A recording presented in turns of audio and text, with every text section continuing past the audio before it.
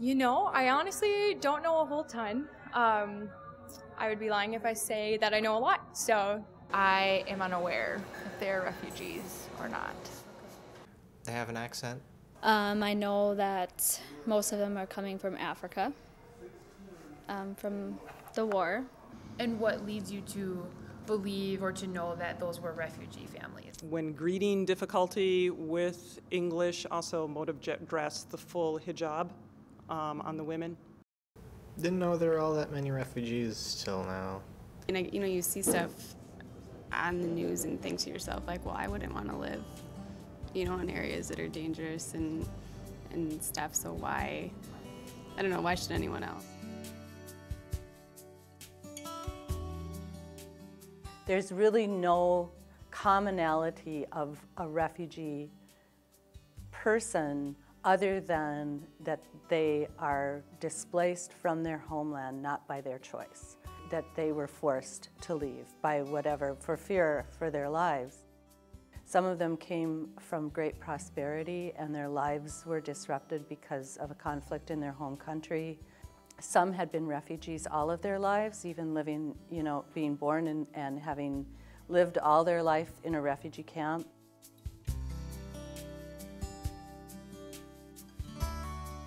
My name is Muhammad Yusuf.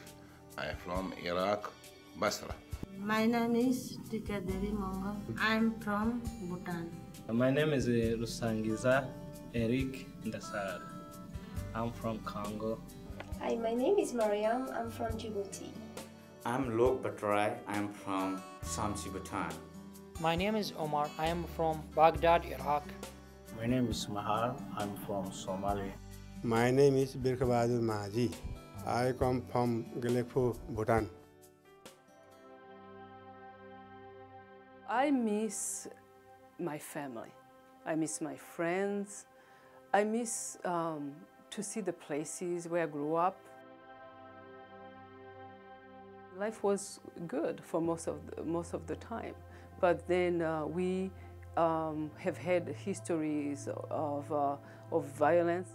When I left Burundi in 1994, it was after one of those crises, and it was not really the first time that I had left as a refugee.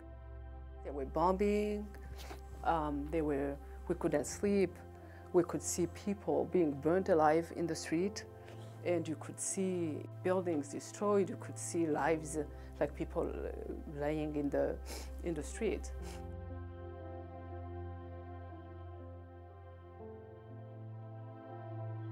I came here for my son. We used to live under the kingship. There was a political fight, and we feel that they are suppressed from the government, and we fought against the government, and they fight for the freedoms and democracy. So government suppress them, suppress us, and the government makes us to leave the country. We don't have any fixed destination where we are moving. We just leave the place, because if we don't live there, then they said that you will be killed. So we want to save the life. It was 1998 when there were movement from east of Congo. There were a conflict between this party against the government.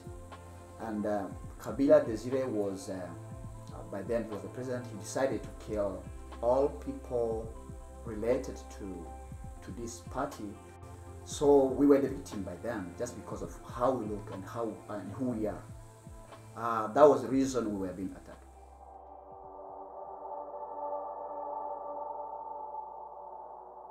My mother was crying, and everyone was crying there. Oh, don't go, don't go. Everyone was saying there, and we left everything. So we left home and everything. We have not got chance to sell all the herds, the cow, cattle. We have not got chance to sell them, and we just carry the some food items and some of the blankets and clothes, and we start walking. We walked through the forest and snowy mountain.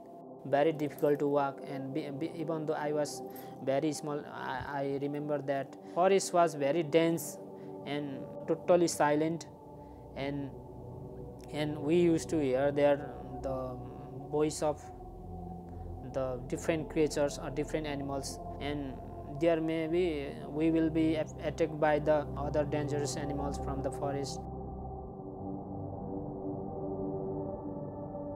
It's a part of my life that I always feel like if I don't talk about it, it never happened. I remember crossing the river at night with my brothers and sisters, trying to flee from Burundi to Rwanda because we couldn't fly. And things did not improve because she couldn't get a passport that she was hoping for us to get to go to Europe. But it's kind of interesting how life happens, because somewhere in that journey, as we were staying in Rwanda, actually my brother also got involved in a car accident. And the person who, in 1973, was driving a car, obviously was somebody who was,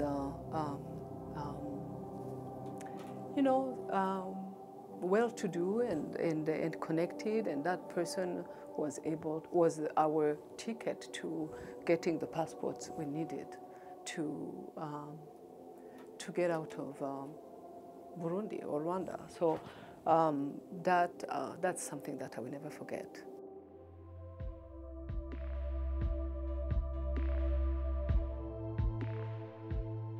When we were in refugee camp, the house in refugee camp were very compact and it is very small. The house was made from the bamboo and thatch, and a roof is made from the plastic. So if we push the house, then it will fail. And in winter we used to suffer a lot. We don't have the good blanket for wearing, and the elephant used to attack and fell down the house.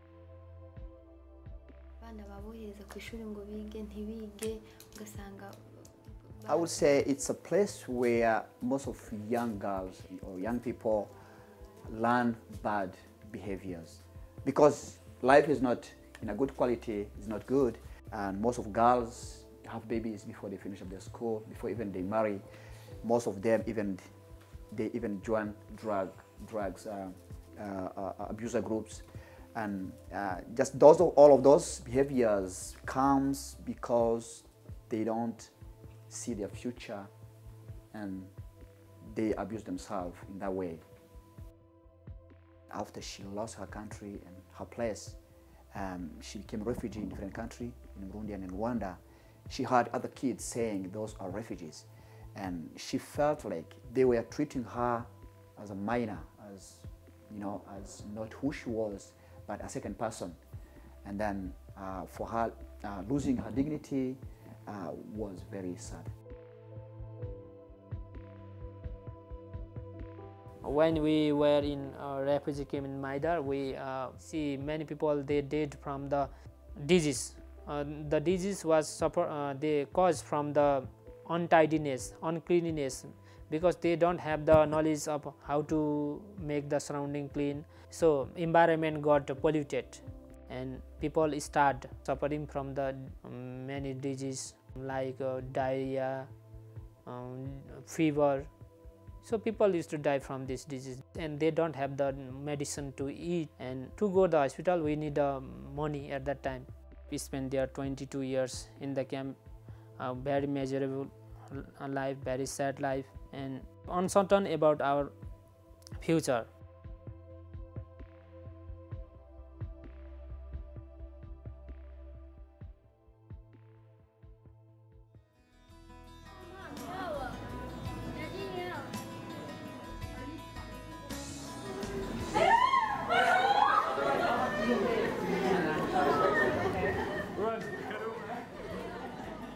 I can't explain how happy we were.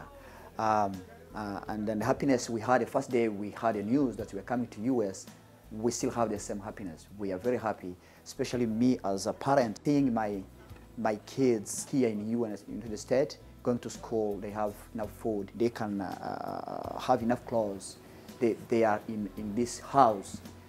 To me, it's enough to be happy. They are safe, they are protected. I will feel somewhat difficult, but that will be easy for my son. I want to make him well about the United States, so it is very good chance for him to just get education and be a perfect or be a good person in the futures. My wife's name is Buddha Subha, and we were a classmate in refugee camp, and I met her at that time, and we love each other and we married. I feel that Fargo is a very nice place and it is a safe place here to live, because our voice can listen by the government, and we can face our problem to police, and this help us. So we are feeling much safe.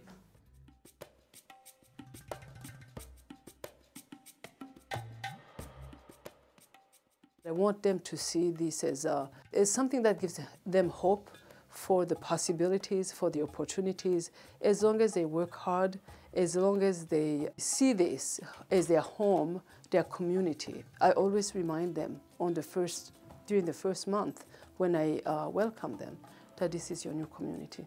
You're not a tourist, you're not a guest, this is home.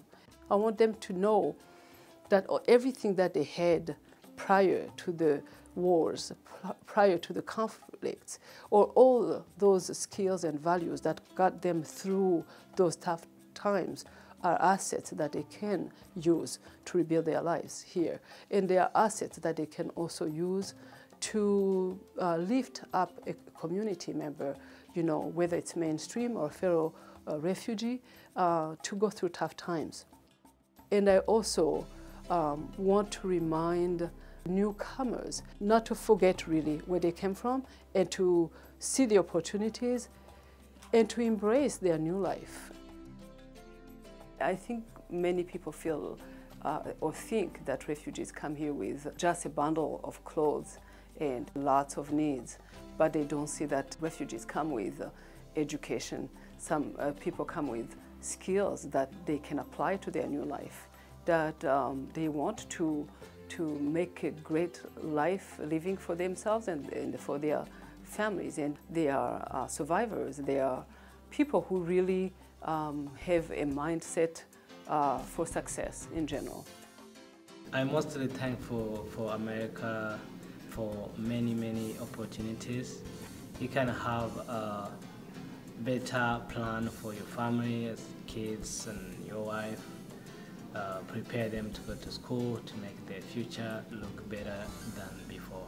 Yeah, I'm happy to come to America because I got a chance to work, everything, so I want to say thank you. I'm very happy to be here because I feel my kids and me safety. The Fargo will be the very good place where there is everywhere, there is a greenery place, you know. Comparing to Nepal, it is very better place for us. So when you have a good environment with a good house and with a good car, so it is very good for us. I'm thankful for I have freedom in America. Understand that if there are, you know, struggles or challenges, that as a community we will work together, because these are your neighbors after all.